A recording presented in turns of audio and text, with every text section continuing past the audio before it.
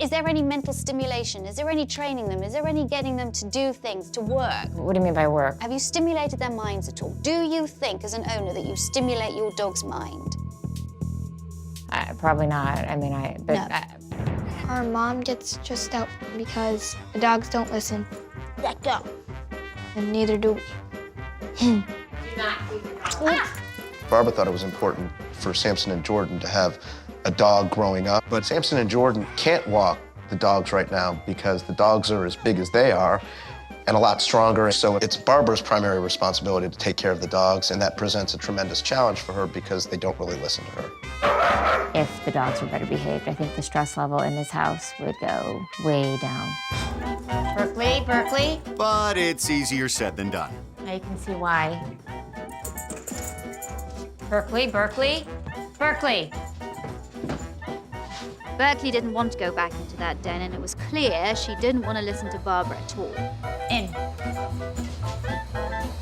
Oh, I better get in. I better get in quickly. Do you have a stronger relationship with one of the dogs over the other? I would say I have a little bit of a stronger relationship with Zeppelin over Berkeley. Berkeley, Berkeley. Berkeley, she's my stress every day. She's just a third child. She's as stubborn as can be. I mean, that's just her personality. She's just so strong-willed. Here's what I don't think you're giving them.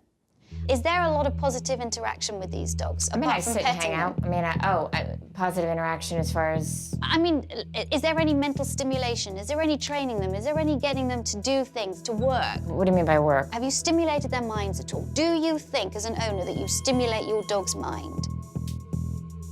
Probably not. I mean, No. I want Berkeley to listen to you more. I want to teach her to focus on you when you ask. And I do this by putting the treat in front of the dog's nose and putting it up to my eyes. Watch me. When I get that focus, I give the dog a treat. Watch me. Good girl.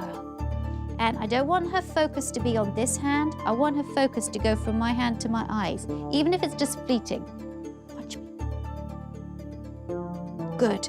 Did you see that? Her eyes go from the treat to my eyes. If you take her, get a few treats.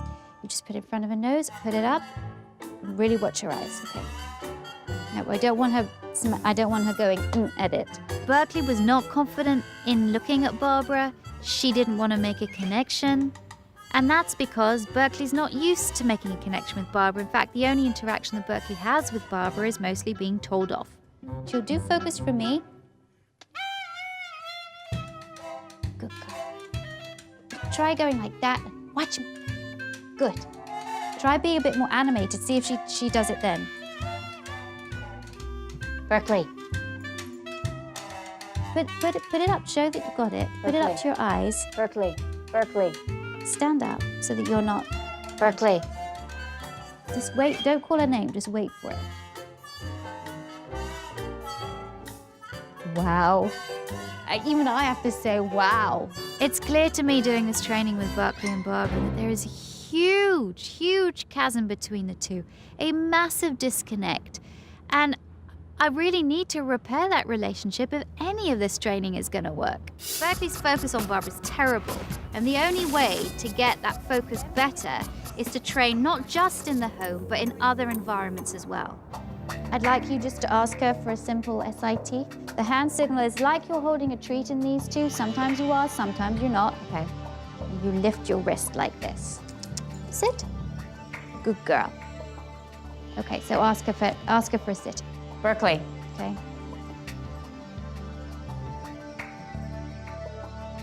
When you're going to give the hand signal, don't keep doing that to her, because that teaches her that the hand signal is not just that, but the hand signal's that.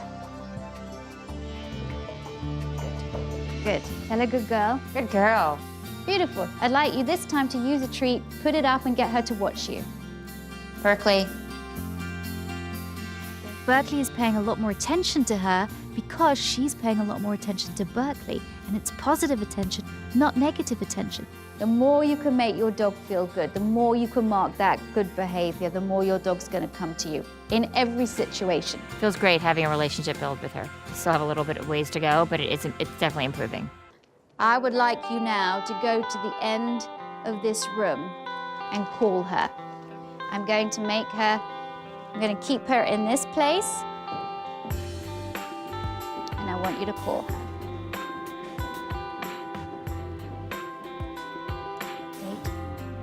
Berkeley, come here, girly. Good girly. Lovely, lovely. Okay, Berkeley, come. Here's a good girl. Yes, good girl. Awesome. Very good. All right. Again, call her. Berkeley, come here, Berkeley. Good girly. Good girly. Nice. Nice. Berkeley, come here. Good girl. Good girl. Could you come where I am? This is going to be the back and forth game. I then got Jack to take my place and play the game with Barbara.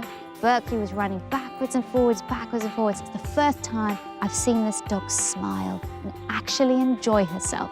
Oh my gosh, you're going to see such a turnaround in this dog. If you keep doing that, essentially, even Dobermans, they just love play, and they love play with humans too. Not the rough play, we're not going to do rough play with her, but this is play for her.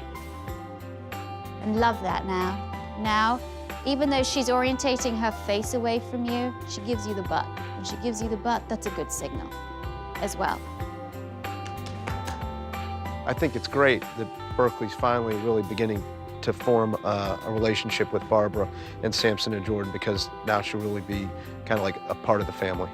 Barbara, I think that's going to improve your confidence with her. When you see her responding and you see really what amazing dog she is, we're beginning to unleash the potential she has. I think you're going to be able to trust it too. It's great to have Berkeley looking at me now. She was turning her head away from me, and now she's paying attention to me, so that's great. Bye-bye. Bye, guys. Bye. To get the family to invest time and positive energy into these dogs has been a struggle. I don't know whether they can keep it up. We're in trouble. I really hope they find it within themselves to become more responsible owners, because if they don't, the dogs aren't going to make progress, and in fact, they're going to suffer. Now, Victoria wants to help Barbara take more leadership over the dogs, starting with the door to the den. Everything that I'm going to do is going to be concentrated inside. Inside, really around the house, is where Barbara needs the help. So this is what we do. The whole premise of this training is that the dogs are not allowed out of the door until they're calm. Okay, up. Wait. I use the wait cue with the dogs. It's basically teaching the dogs impulse control. Wait. Wait. Now it's Barbara's turn.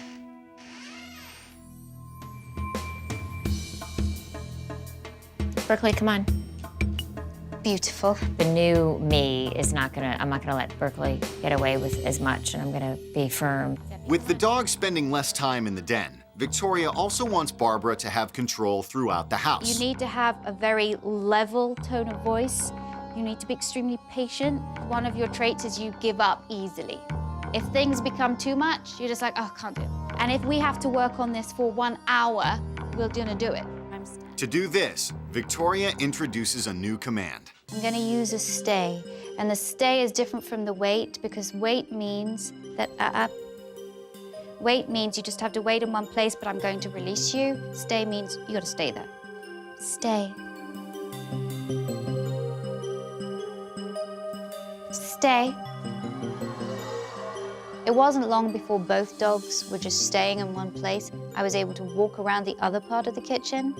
And I think Barbara was really impressed by what she saw her dogs do. Zeppelin and Berkeley are perfectly behaved for Victoria, but will they do the same for Barbara? All right, so we need to be direct. Give them the cue now. Too late. Okay, bring her back. Good, nice, very nice. Give the cue to begin with. Cue them now. Stay. Stay. Push her back with your body. Body block, not with your hands, with your body. Body blocking is very simple. You don't use your hands. You just put your body in front of the dog's access. Is that one back? Back. No, that's the back is over there. Okay, Barbara's really struggling with the dogs, but I really want to bring her confidence up so she knows how to communicate with both of her dogs. That's it, good. Now tell her, stay strong. Tell her now. Berkeley, stay, stay. She has to be a strong leader and she can't give up. They don't know what you want unless you communicate what you want. With your body strong, as soon as you tell them to go back and they go back, then say stay. Be very deliberate and very strong about it. Cue it. Stay. Stay. Stay. Stay. Back. Stay. Berkeley, back. Good. Now walk away. Stay. It took a little time, but Berkeley finally got it, and she realized she wasn't going anywhere. I wasn't going to let her go. What does it feel like with the dogs listening to you? It feels great. So much, I think, of what's gone on in your house is because there hasn't been leadership. Now you've got a few tools now where you can take control back. Barbara made huge progress throughout this training from a very unconfident person with their dogs. She's now really communicating with them well. They're cooperating with her. And I don't think that's ever happened. Since Victoria's left, I can tell that Barbara is more confident when she's interacting with the dogs. Wait. Mom. And I see that she's much closer with Berkeley and really bonding with her like she already had with Zeb. I definitely feel like Berkeley responds to me more now. Watch me. Just calling her, talking to her. She comes over so I can pet her. Thanks for watching. If you love It's Me or the Dog and want more dog training tips and tricks, visit my official site, positively.com. And if you're interested in learning more about becoming a dog trainer, check out the Victoria Stilwell Academy. Links to both sites are in the description. I'll see you online.